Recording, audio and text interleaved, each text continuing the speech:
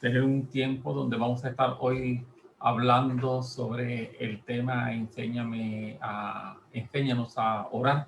Así que dame un segundito para poder subir la presentación y así vamos comenzando.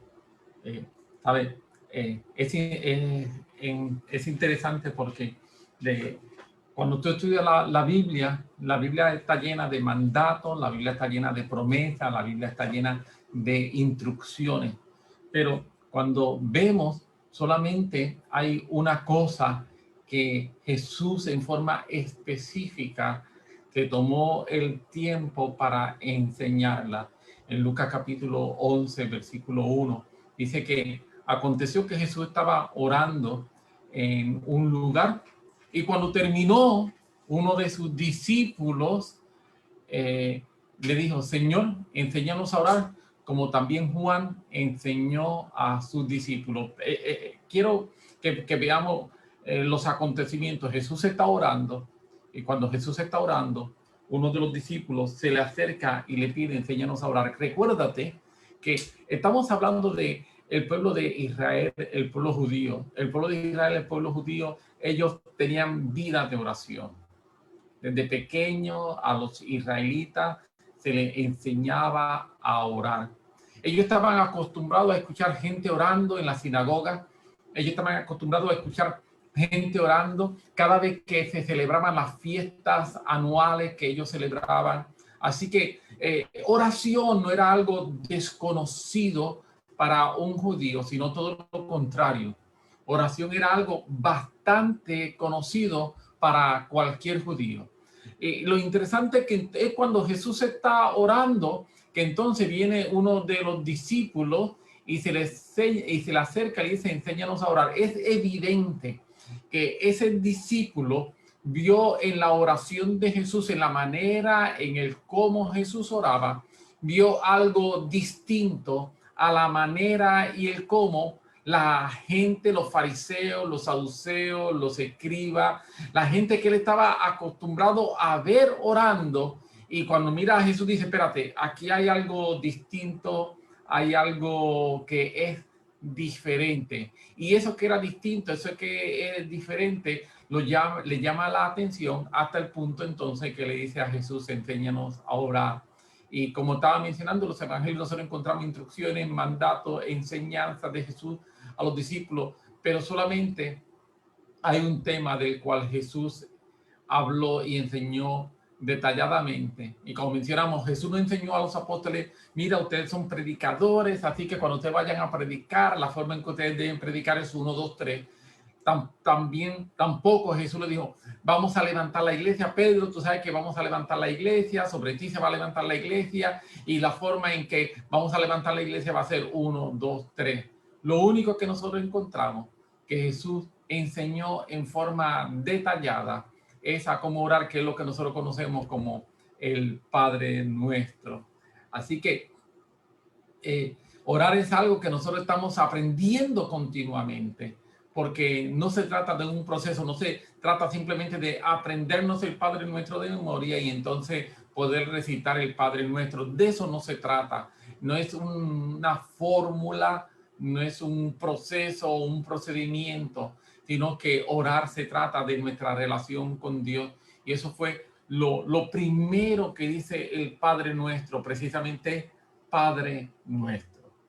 Jesús no está enseñando a los discípulos a orar como oraban los fariseos, como oraban los saduceos, como oraban los escribas, que ellos oraban al Dios omnipotente, creador, al Dios excelso. Había una diferencia o una distancia, más bien, había una distancia en quien oraba y ese Dios a quien se estaba orando, sino que Jesús entonces su enseñanza de la oración se basa en relación. Padre mío, tú eres mi Padre y es a ti a quien yo me acerco a orar. Esa relación de cercanía, esa relación donde Jesús llama a Dios, lo llama Padre, inmediatamente a corta distancia. A corta distancia, mientras los religiosos de la época oraban al El Shaddai, oraban al Dios poderoso, Jesús oró al Padre y automáticamente cuando Jesús oró al Padre, Jesús está acortando la distancia entre quién ora y a quién se ora. Y eso es algo de lo más extraordinario que nosotros podemos aprender cuando estamos hablando de oración. Y es que oración se basa en relación. Y en la medida en que mi relación con Dios va creciendo, mi oración va creciendo. O si lo queremos poner quizá de esta forma, en la medida en que mi oración va creciendo, mi relación con Dios va creciendo. Yo no puedo desligar oración de relación o relación de oración. Esto es como te dice, ¿qué vino primero, huevo o la gallina? No podemos desligarlo. Oración y relación están entrelazados y realmente mi relación y mi oración siempre van a ir de la mano. Pero quisiera tratar de hacernos algunas preguntas para que nos sirvan como guía en la medida en que vamos a estar hablando. Dicho sea de paso, déjame mencionar, hoy no vamos a entrar en el Padre Nuestro, posiblemente en la próxima clase o si no en la tercera, es que vamos a entrar al Padre Nuestro y vamos a tratar de verlo. Pero queremos primero tratar de establecer algunos principios que nos ayuden para cuando lleguemos allí poder entenderlo de una forma más clara. Pero algunas preguntas que nosotros necesitamos contestar son, número uno, si Dios conoce todas las cosas, ¿por qué tenemos que orar por ellas? No es suficiente con que ya Dios las sepa. No es suficiente con que, porque la Biblia dice que aún está la palabra en mi boca y aquí Dios la sabe toda. Si la palabra no está en mi boca y Dios la sabe, ¿por qué entonces tengo que yo orar por ello? Segunda pregunta que quisiera hacerme en esta noche. Si Dios es soberano, si Dios es poderosísimo, si Dios es el rey, el dueño absoluto, no solamente de la tierra, sino del universo, ¿puede mi oración cambiar o alterar de alguna manera su voluntad? Esas son dos preguntas que yo pienso que debemos hacernos y que la medida en que esas preguntas se pueden contestar, es en esa misma medida que nosotros podemos avanzar en nuestra relación de oración. Si no podemos contestar estas preguntas, siempre vamos a tener dificultades de alguna u otra manera en nuestra vida de oración. Así que para contestar estas preguntas debemos partir desde un principio básico, que es un principio que nosotros vamos a encontrar en la Biblia. Y es el siguiente.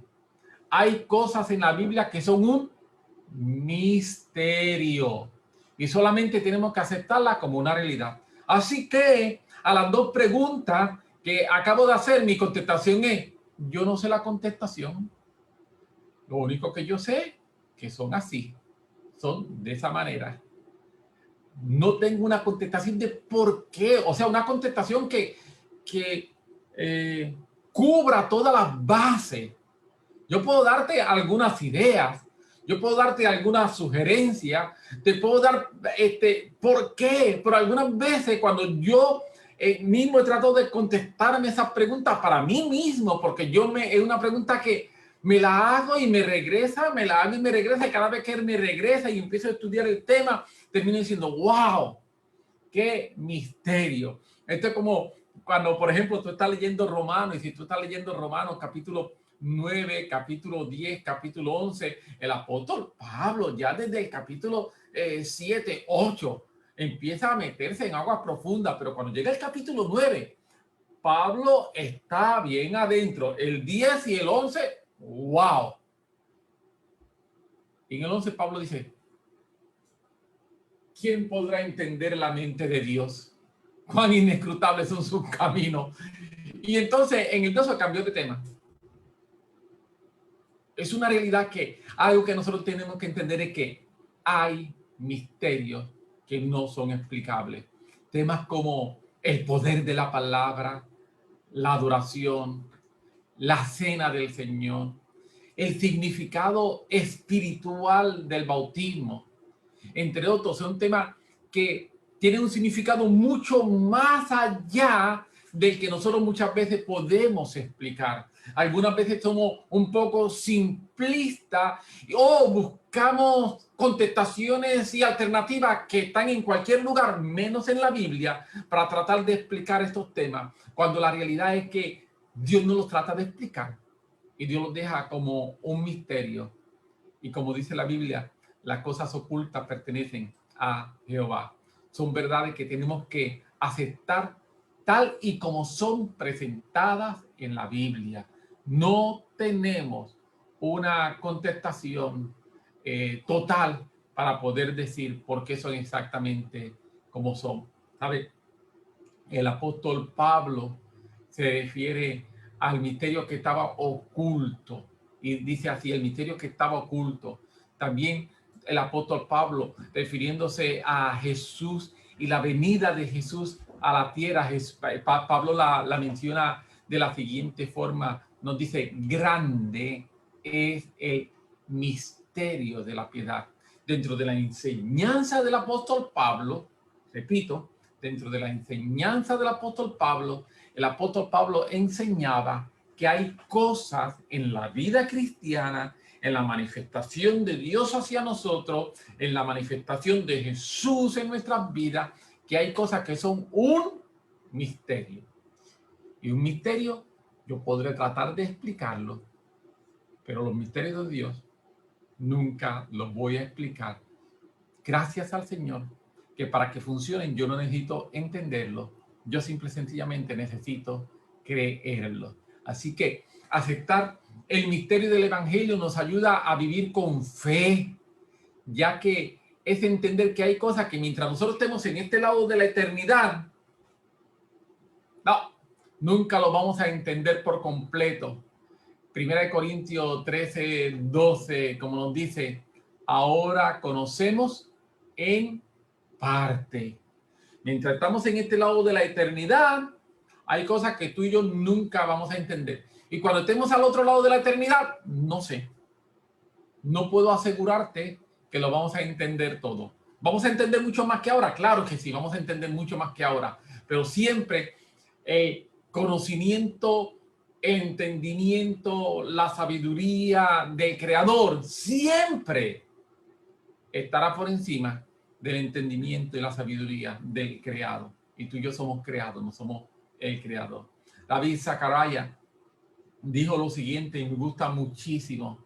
La verdad es que cuando perdemos el misterio, nuestra adoración, y por adoración él no se refiere a cantar y alabar, sino nuestra devoción,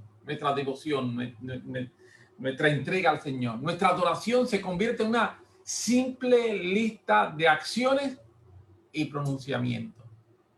Él dice, hay un misterio que es lo que le da significado, lo que le da peso a nuestra devoción a Dios. Y eso es el misterio. Existe, para continuar, permíteme aclarar que existe una gran diferencia entre el misterio y lo místico. Yo no estoy hablando que el evangelio es místico. Amén. Yo estoy hablando que en el evangelio hay unos misterios, cosas que no han sido reveladas, cosas que no han sido explicadas y cosas que nosotros simplemente tenemos que aceptar que son así, porque la Biblia dice que son así, punto. No estoy hablando de entrar en un misticismo, eso no es lo que estoy diciendo. Lo que estamos diciendo, repito, es que hay cosas que son inexplicables en términos que nosotros podamos comprenderlo. Y como son inexplicables en términos que nosotros podamos hoy entenderlos, eso es un misterio. Y eso es lo que la Biblia dice. Pues, habiendo hablado de estas cosas a nivel de introducción, permíteme mencionar algunos aspectos que creo que tratan del tema de oración y los llamados aspectos generales de la oración, donde simple y sencillamente quiero ponerlo como quien está poniendo un fundamento. Estoy poniendo un fundamento sobre el cual después vamos a tratar de edificar algunas cosas adicionales. Así que dentro de ese fundamento quiero hablar de algunos aspectos generales o fundamentales del tema de la oración. Primero, orar es más que hablar. Yo aquí estoy hablando y a pesar de que estamos utilizando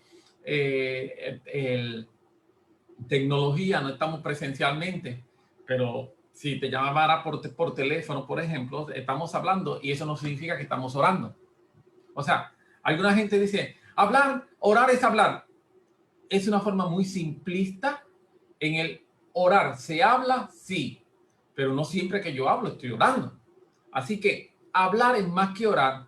Hablar es una fusión y cuando yo cojo dos cosas y las puedo mezclar de forma tal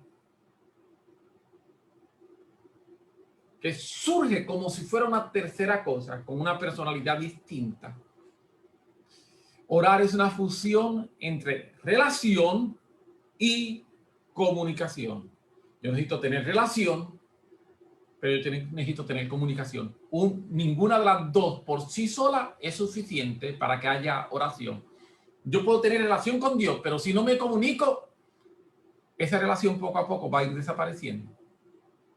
Y yo puedo empezar a comunicar, hablar como un loro, pero no me interesa relacionarme. Tampoco así funciona.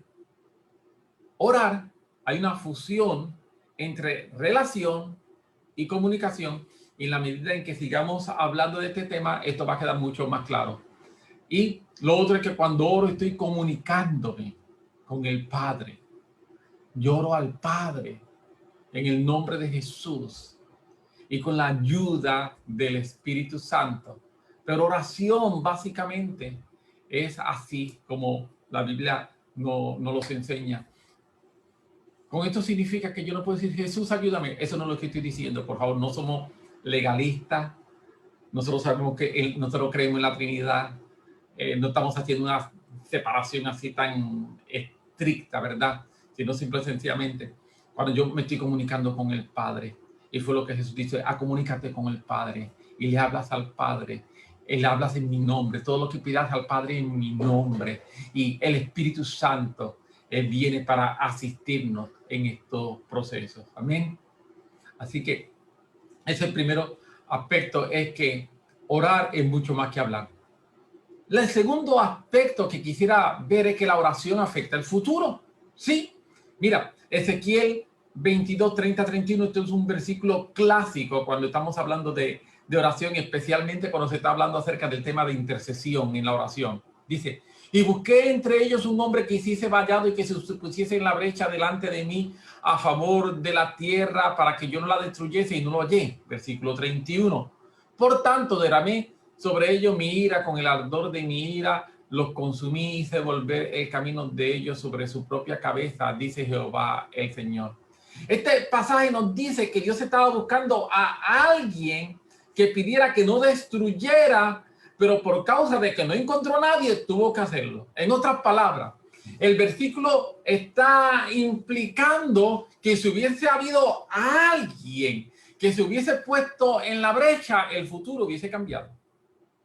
Así que oración afecta mi futuro y el futuro de otro, no solamente el mío. Con mi oración, yo puedo afectar el futuro.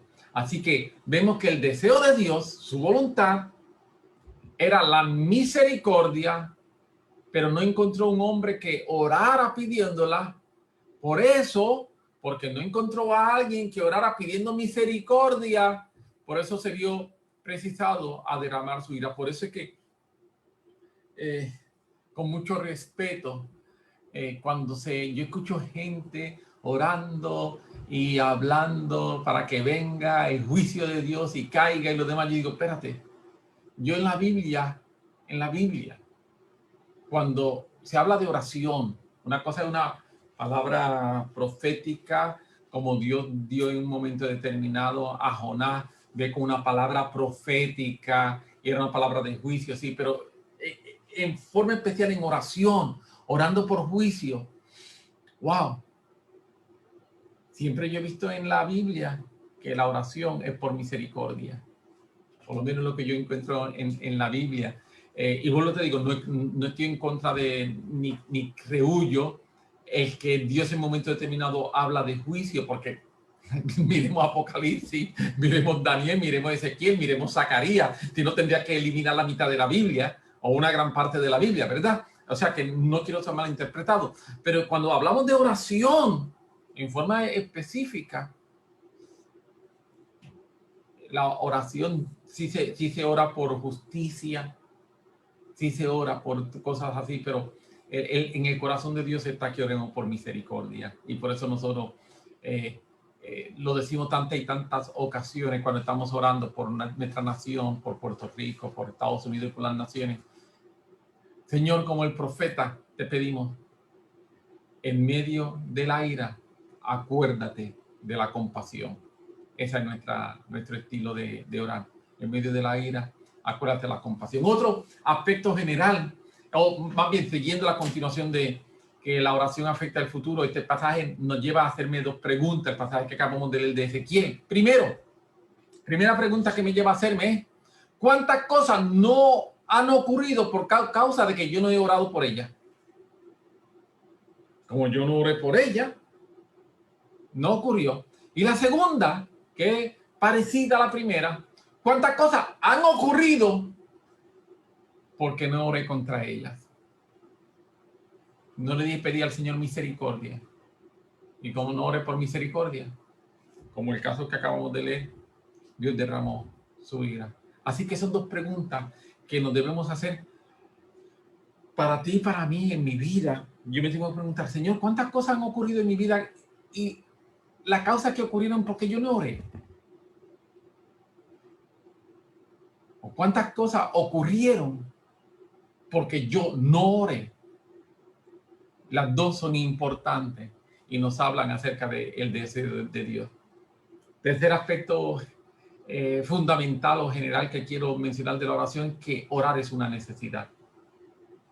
Orar no es una buena idea, orar no es una sugerencia, orar es una necesidad. De la manera más clara que podemos verlo cuando Jesús enseña a sus discípulos a orar en Mateo 6 y Lucas 11, una de las áreas en que Jesús ora es: venga tu reino, hágase tu voluntad. Si el que algo sea la voluntad de Dios fuese suficiente para que ocurra, esta oración no sería necesaria. ¿Por qué Jesús nos enseñó a orar así? Porque que sea la voluntad de Dios no es suficiente. Esto es un misterio de la oración. No basta con que algo sea la voluntad de Dios para que ocurra. Jesús nos enseñó que tenemos que orar por ello. Y permíteme decirlo de una tercera manera. No es suficiente con conocer la voluntad de Dios, sino que debemos orar en forma específica para que la voluntad de Dios se cumpla. Si tú conoces la voluntad de Dios, ora por esa voluntad de Dios. Hay tanta evidencia bíblica para sustentarlo, para fundamentar que orar es una necesidad. Jesús mismo lo dijo en Lucas 18:1, en una parábola extraordinaria. Jesús también le enseñó y le refirió una parábola sobre la necesidad de orar algunas veces y de caerse o cansarse. No. Jesús le refirió una parábola sobre la necesidad de orar siempre y no desmayar. Orar es una necesidad. Mencionamos, orar es más que simplemente hablar. Segundo, orar afecta el futuro, tiene un impacto sobre mi mañana. Tercero, orar es una necesidad. Seguimos. Mira, Dios conoce todas nuestras necesidades, pero espera que pidamos. Vamos a leer Mateo 6:8 y luego Mateo 7:7 y 8. Mateo 6:8. No hagáis pues semejante a ellos, porque vuestro Padre sabe de qué tenéis necesidad antes que vosotros pidáis. Jesús dijo, vuestro Padre sabe que tenéis necesidad antes que vosotros pidáis. Y nos dice, pues ven, no hay que orar, porque el Padre lo sabe. La Biblia se toma como un todo. No tomamos un verso sacado de lugar. Hay una máxima que dice que un texto un verso fuera de contexto es un pretexto. Yo saco un verso fuera de su contexto, lo que estoy buscando es simple y sencillamente justificar una enseñanza, pero el texto yo lo tengo que ver en su contexto, y el contexto de cada versículo bíblico es primero los capítulos que están alrededor de él, segundo el libro, tercero el autor, cuarto si es Nuevo Testamento o Antiguo Testamento, y quinto toda la Biblia. Esa es la forma en que nosotros trabajamos con contexto. Primero, ¿dónde está escrito lo que dice antes, lo que dice después? Segundo, todo ese libro. Tercero, el autor quién escribió Pablo. Vamos a ver qué más Pablo habla de ese tema. Tercero, está en el Nuevo Testamento y en el Antiguo Testamento. Vamos a ver cómo el Antiguo Testamento trata el tema o cómo el Nuevo Testamento trata el tema.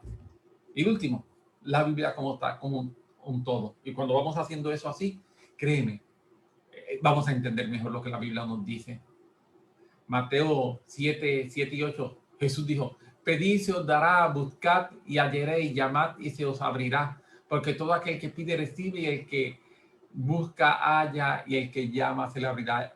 Lo importante aquí es que estos tres verbos, llamar, buscar y tocar, están en el griego, lo que se llama un presente imperativo, lo que implica que es una orden o un comando a realizar una acción repetitiva y continua. En otras palabras, una traducción más literal sería: mantente pidiendo y recibirás, mantente buscando y hallarás, mantente llamando y se te abrirá.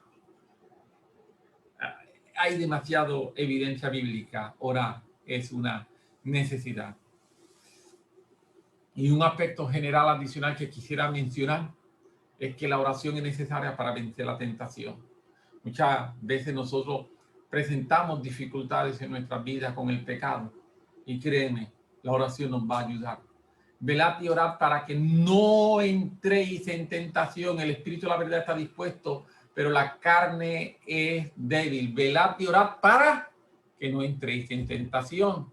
Si caemos en tentación, no es porque somos débiles, hermanos, pastores, que yo soy débil. Y no.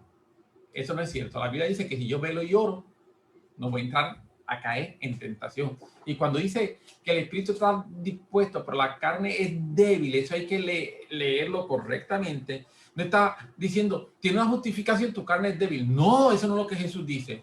Jesús se refiere a que es débil para la oración. A la carne no le gusta orar. A la carne no le gusta orar. Cuando tú lees todo el contexto, volviendo nuevamente, aplicando lo que acabamos de hablar, cuando tú lees los contextos, los discípulos se están quedando dormidos. La carne es débil para orar. No era que estaban los discípulos pecando cuando Jesús les dice esto. Era que no podían orar porque la carne se le quedaba dormida, y Jesús les dice: ¡eh! Estaban cansados. Y Jesús les dice: no importa, vamos a orar. Velar es más que hacer vigilia, es estar en una actitud de alerta contra el enemigo. Dice: velar y orar. Velar es más que hacer vigilia, es estar en una actitud de alerta contra el enemigo. Amén. Es importante. Son aspectos generales del tema de la oración. Así que, habiendo mencionado esos aspectos generales, permíteme entrar a 2 o 3 aspectos que lo considero demasiado importantes. Primero, necesitamos dedicar tiempo a orar. No vamos a desarrollar nunca una vida de oración si no sacamos tiempo para la oración.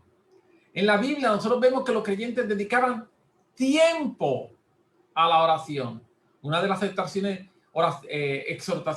más atrevidas de Pablo está en 1 Tesalonicenses 5, donde dice: orad sin cesar. Pablo está ahí implicando que tú y yo podemos tener una vida continua de oración. Y Pablo no está eliminando los tiempos apartados de oración, sino que dice que no debe limitarse mi vida de oración a los tiempos apartados de oración. Es contrario a lo que muchas veces dicen: ve, no necesitamos, si no, yo estoy todo el tiempo ahí orando en comunión. No. Pablo lo que está diciendo es que al tiempo de oración que lo practicaba, que los apóstoles lo practicaban, que Jesús lo practicaba, que la Biblia es un mandato, a este tiempo de oración se le añade, no que sustituye, se le añade un tiempo de orar sin cesar. Se dice que Martín Lutero dedicaba regularmente 2 horas diarias a la oración. Las primeras 2 horas diarias de la mañana, él lo tomaba para orar. Pero que había algunos momentos en que se dice que él comentaba lo siguiente: tengo tantas cosas que hacer que debo invertir las primeras 3 horas en oración. En otras palabras, hoy tengo tanto trabajo, el día va a ser tan fuerte que con 2 horas no me da. Necesito 3 horas. Dedicaba 1 hora más a la oración para poder ser más eficiente en el trabajo. Eso es el creer que la oración tiene poder. Cuando yo no creo que la oración tiene poder, pues le quito tiempo a la oración. Pero cuando yo creo que la oración tiene poder, yo hago un intercambio. Y digo, Padre, yo necesito orar más. Hoy tengo tal situación, tal esto, y te lo tengo que presentar. Ayúdame, dame inteligencia, dame sabiduría, a ver cómo puedo trabajar con estas cosas. Así que necesitamos dedicar tiempo a la oración.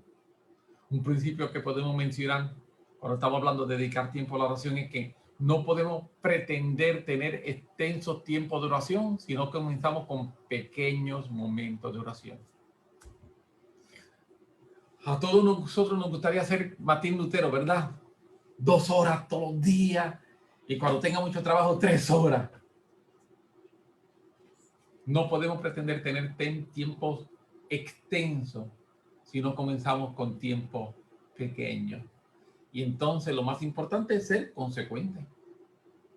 Voy siendo consecuente diariamente, todos los días.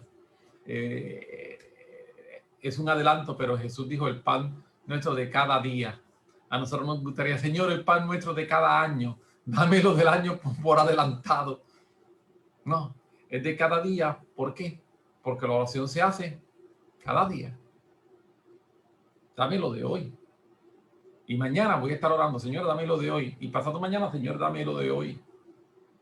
La constancia es importantísima. No hay manera de enfatizarlo. Y quizás cuando estamos hablando de la constancia, un ejemplo bien interesante sería el que nosotros encontramos en Hechos 10. Empezamos leyendo versículos 1 y 2, pero luego vamos a leer algunos versículos adicionales. Dice, había en Cesarea un hombre llamado Cornelio, centurión de la corte llamada la Italiana, piadoso y temeroso de Dios con toda su casa, que daba mucha limosna al pueblo judío y oraba a Dios continuamente. La palabra que se traduce continuamente es regularmente, diariamente. Eso es lo que significa esa palabra. Cornelio oraba regularmente, pero entonces digo yo, pero un día él tuvo una visión. Es interesante, Cornelio no tuvo visión todos los días, pero su visión de ese día especial, su visión fue el fruto de la oración de todos los días. Y ya mismo vamos a leer más y lo vamos a probar. Fue su consistencia en la oración lo que provocó la visión. Quiero repetir esto. Fue su consistencia en la oración lo que provocó la visión. Mira, ahora, Hechos 10:4, seguimos con Cornelio. Hay un ángel que se aparece, entonces él, mirándole fijamente, se atemorizó y dijo, este es Cornelio. Cuando dice él, es Cornelio, lo mira fijamente atemorizado y dijo, ¿qué es, Señor? Él le dijo, tus oraciones y tu limosna han subido para memoria delante de Dios. ¿Viste? La palabra griega que se usa y se traduce por memoria, que ahí está, significa literalmente como un memorial. Y así como lo traduce la Biblia de las Américas, entre otras, lo traduce que de eso, tus oraciones y tu limosna han subido como un memorial delante de Dios. Yo quiero decirte, Cornelio no recibió visiones todos los días, pero todos los días Su oración subía delante de Dios como un memorial. Y yo si eso se quedara en mi corazón, si eso se quedara hoy en tu corazón, yo creo que esta clase ya logramos lo que queremos. Y es que tú sepas y que yo sepa que Dios está escuchando mi oración. Y que cuando yo estoy orando, cada vez que yo oro, mi oración sube como un memorial delante del Señor. Y que va a haber un momento, un día, no ocurre todos los días necesariamente. Cornelio no tuvo visiones todos los días, pero un día sus oraciones que habían subido como un memorial provocaron la respuesta del cielo. Y el cielo envió un ángel, el cielo envió una visión. ¿Y sabes qué? Esta es la manera en que llegó el evangelio a los gentiles. De ahí se extendió a todo el mundo. Y tú y yo, que no somos judíos, hoy somos receptores del memorial de las oraciones de Cornelio. ¡Wow! Ese memorial de las oraciones de Cornelio que subió al cielo. El efecto de ese memorial se extendió a todo el mundo. Y no solamente se extendió a todo el mundo, sino que se ha extendido por siglos. Y hoy, siglo XXI, tú y yo somos receptores de un memorial de un hombre que oraba a Dios continuamente, diariamente. No sabemos nada más de Cornelio. Después de todo, la Biblia no nos dice nada más. Pero tú y yo, gentiles, hemos recibido el beneficio de la oración continua, constante de aquel hombre. Amén. Amén, amén, amén, amén. A ver, hay un principio que podemos aprender en esto, y es que oración es la diferencia entre permitir que las cosas ocurran o hacer que las cosas ocurran. Mi oración provoca situaciones. Mi oración, como dice una canción de hace 50 años atrás, mi oración mueve la mano de Dios. Mi oración en fe mueve la mano de Dios. Me gusta algo que escuché recientemente a Mark Batterson decir en una conferencia que estaba dando. Dijo, cuando oramos a Dios regularmente, cosas irregulares sucederán regularmente. Cuando oramos a Dios regularmente, cosas irregulares sucederán regularmente. Hoy, Efren y yo fuimos a Cagua. Y la realidad es que yo, honestamente, yo iba preparado para estar allá básicamente todo el día. Me había llevado computadora, lo demás. Ya ayer yo había terminado la clase. Hoy lo que estaba era preparando la presentación. Y estoy allí. Y cuando de momento Efren llega y me dice, el ticket para poder del parking para validarlo. Y yo dije, ¿ya? Y dice, sí, ya. Avanzamos. Y cuando venimos bajando, Efraín me dice, algunas veces oramos y estábamos orando para que el Señor nos diera gracia, para que Dios hiciera que todo avanzara, que fuera un proceso que iba a ser un proceso de varias horas. En apenas unas horas ya estábamos de regreso hacia acá. Y la realidad, cuando nosotros oramos a Dios regularmente, cosas irregulares comienzan a suceder regularmente. Muchas veces queremos cambios en nuestra vida, pero no dedicamos tiempo a orar. Si yo no dedico tiempo a orar, quiero decirte que cuando cambiamos nuestra manera de orar, cambiará nuestra manera de vivir. Porque mi manera de orar tiene ese efecto. Me fortalece, cambia mi futuro. Y como cambia mi futuro, va a cambiar mi manera de vivir. Oración es la manera que tú y yo tenemos de construir nuestro futuro. ¿Estamos preocupados por mañana? Vamos a orar. Vamos a orar. Vamos a convertir nuestra preocupación en oración. Y si convertimos nuestra preocupación en oración, algo extraordinario va a ocurrir en nuestras vidas. Amén. Vamos a hacer eso. Vamos a convertir nuestra preocupación en oración y algo extraordinario va a estar ocurriendo. Amén. Amén, amén, amén. Necesitamos tiempo para orar. La Biblia dice en Isaías 62, 6, 7. Estoy leyendo la traducción de la Biblia de las Américas en este momento. Dice, sobre tus murallas, oh Jerusalén, he colocado centinelas. Y escucha ahora, en todo el día y en toda la noche, jamás callarán. Y entonces dice el profeta, ustedes que hacen que el Señor recuerden, no se den descanso, ni le concedan descanso. O sea, tú no tomes descanso, ni le des descanso, sigue ahí hasta que la restablezca, hasta que haga de Jerusalén una alabanza en la tierra. Aquí nos está hablando acerca de la consistencia y la necesidad de seguir orando, de no cansarnos. Necesitamos tiempo para orar. Y te tengo una gran noticia, y es que Dios desea ayudarnos. Muchos de nosotros enfrentamos problemas con nuestra falta de oración. Y algunas veces nos podemos sentir desalentados y nos podemos sentir un poco frustrados. Yo no sé tú, pero yo tengo que confesar que a mí me ha pasado. Y yo me esfuerzo por sacar mi tiempo de oración continuo, diariamente. Yo me esfuerzo por ello. Pero algunas veces me siento como que, veo otra gente, y cuando veo otra gente, la vida de oraciones de otra gente, yo digo, que mucho me falta, que mucho me falta.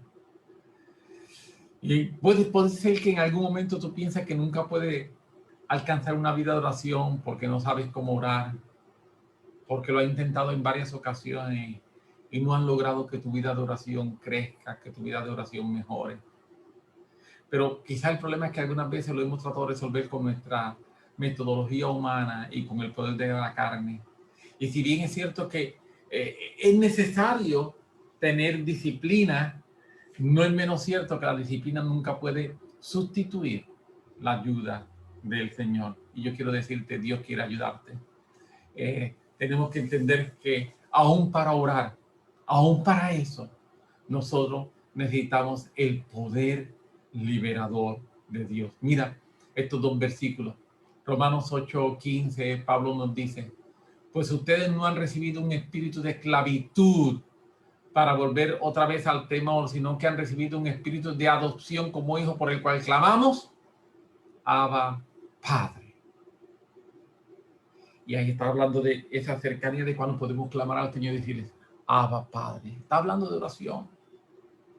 La oración es resultado de ese espíritu de adopción. Y me hace clamar. Mira Gálatas 4:6. Y porque ustedes son hijos, porque eres hijo, Dios ha enviado el espíritu de su hijo a nuestros corazones. Wow. Yo soy hijo y como yo soy hijo, ¿qué Dios hizo? Envió el espíritu de su hijo, que también es el Espíritu Santo, a nuestros corazones clamando, Abba, Padre. Es el espíritu de adopción, el espíritu que nos ha hecho hijos. Yo no soy esclavo, yo no soy advenedizo, yo soy hijo. Y ese espíritu de adopción nos capacita para llamar Padre a Dios. Y eso fue lo que Jesús nos enseñó. Es la forma en que tú y yo debemos orar.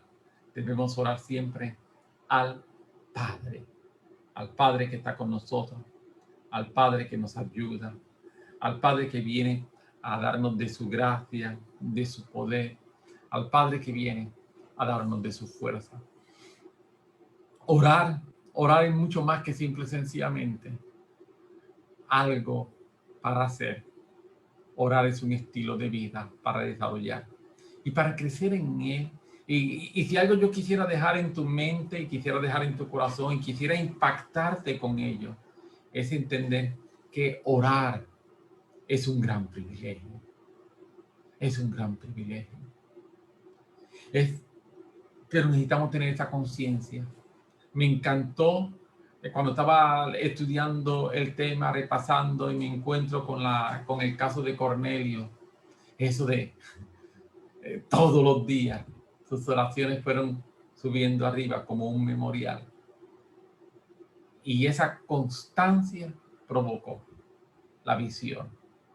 Todos los días tu oración sube al cielo como un memorial. Atrévete a creerlo. Amén. Con esto básicamente estamos terminando la clase de hoy.